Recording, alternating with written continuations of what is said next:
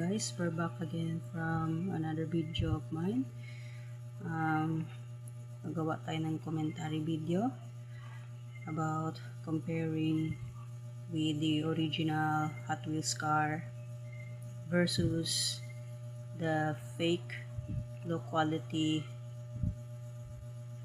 Hot Wheels diecast cars. So at the same time mag-unbox tayo. So may ibang model na naman tayong nabili from Shopee, of course. Actually sa Shopee marami kang mapagpipilian doon, kasi sa Shopee ko rin naman to in order. Cheaper lang din siya, same sa reviews ni-record ko, ginawan ko ng commentary.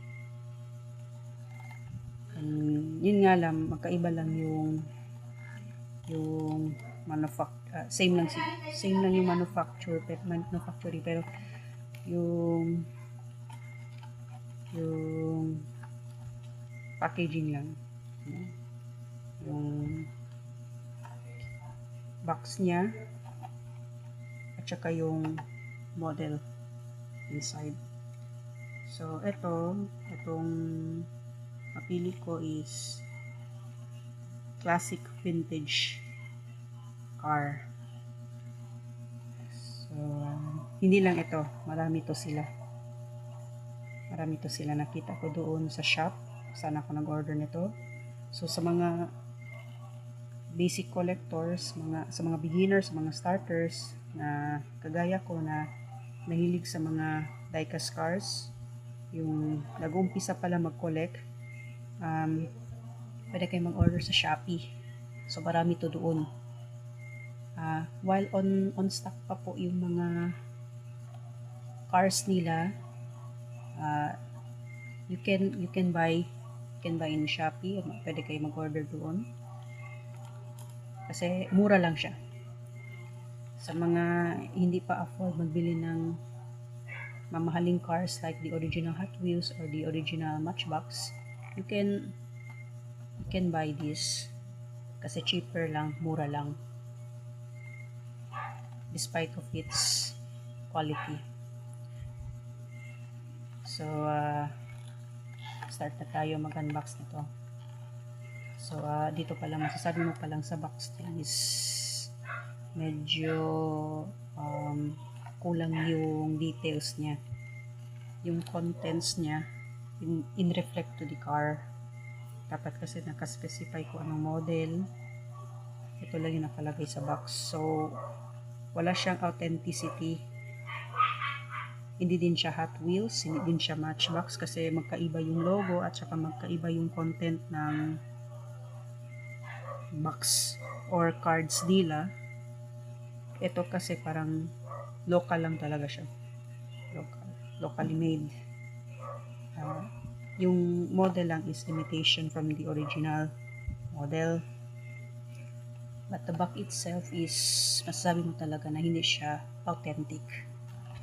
So ito, ano yung nakalagay? Ito yung nakalagay sa box. Ito lang. Ito. Meron to dito sa gilid. Vintage car, sports car. So ibig sabihin assorted siya from vintage to sports. So sa nakikita niyo pa lang dito is yung model niya is classic vintage car. Ayan. So para makita natin yung model, i-unbox natin siya. So okay na, buksan na natin. So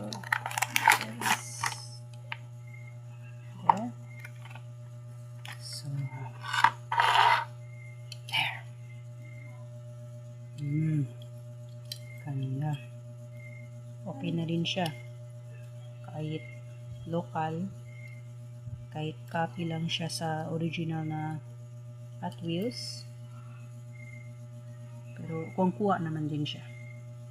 Kuha siya. I'm not sure about the scale kasi usually sa mga ganitong klaseng diecast cars, yung scale na ginagamit nila is 1:64. I'm not sure. Kasi sa mga original Hot Wheels kasi, scaled talaga siya. Scaled. Sa mga fake, low quality diecast cars, hindi natin masasabi kung accurate ba yung scale nila or hindi. So,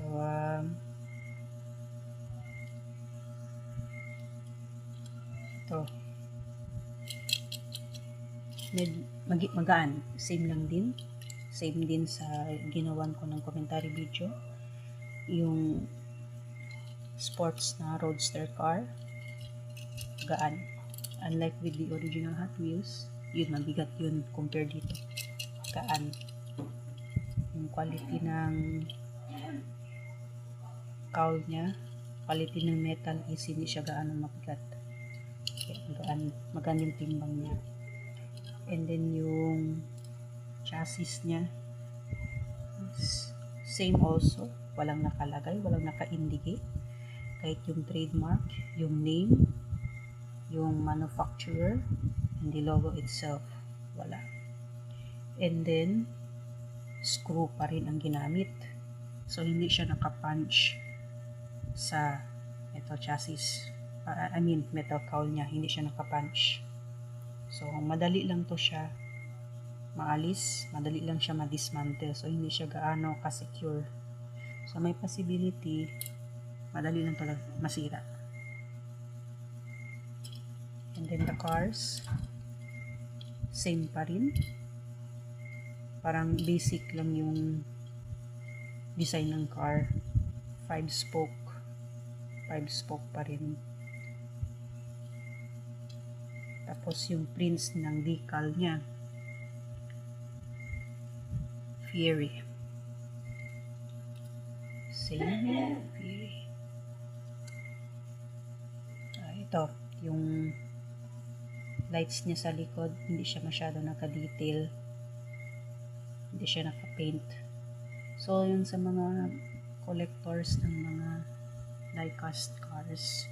Yung iba kasi, kino-customize nila yung mga cars nila para maging maganda siya tingnan, maging realistic. Kinukulayan nila, ina-upgrade. Nagpiprint sila ng ibang decals para may mga design yung mga cars nila. Especially the sports one, mga sports cars, yung dinidesign, ini-improve nila para maging realistic siya. Ito, pwede ko to siya i-customize. Kulayan ko siya, or pwede ko palitan yung color niya, i-decolorize ko siya, alisin ko yung prints niya, and then I will make my own design. Depende yan sa akin. Kasi yung mga iba kasi kino-customize talaga nila yung mga models nila. So, dito pa lang, wala masyadong detalye.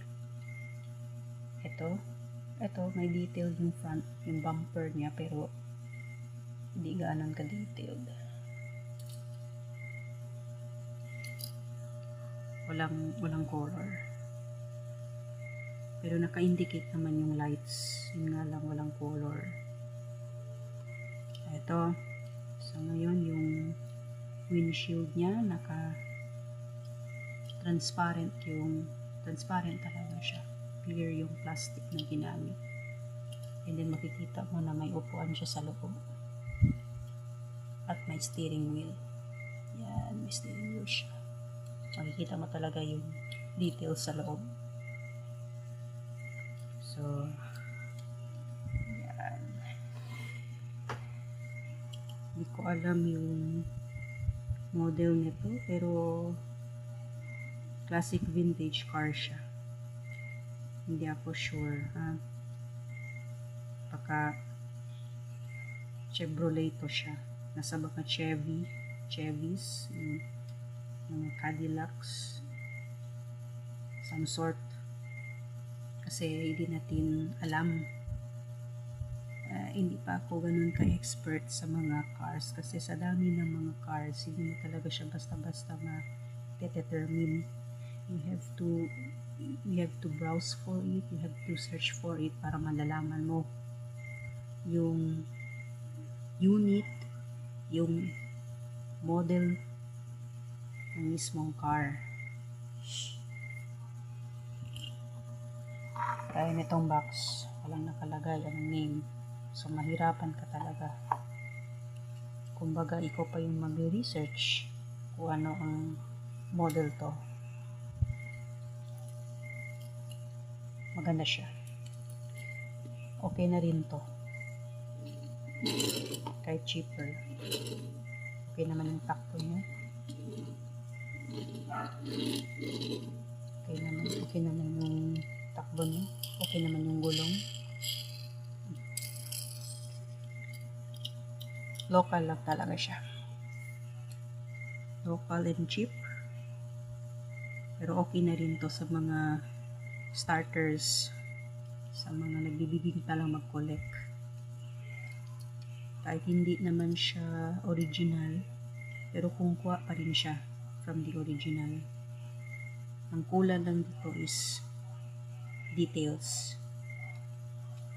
Huwag na natin i-mind yung quality ng material kasi nga made from local quality na nga. So yung gagawin na lang natin dito is upgrade na lang talaga siya. Lagyan pa ng konting detalye para lalo siyang kaganda. So there. So okay na siya. Nice. So that's all. So stay tuned for my next unboxing commentary videos. So that's all.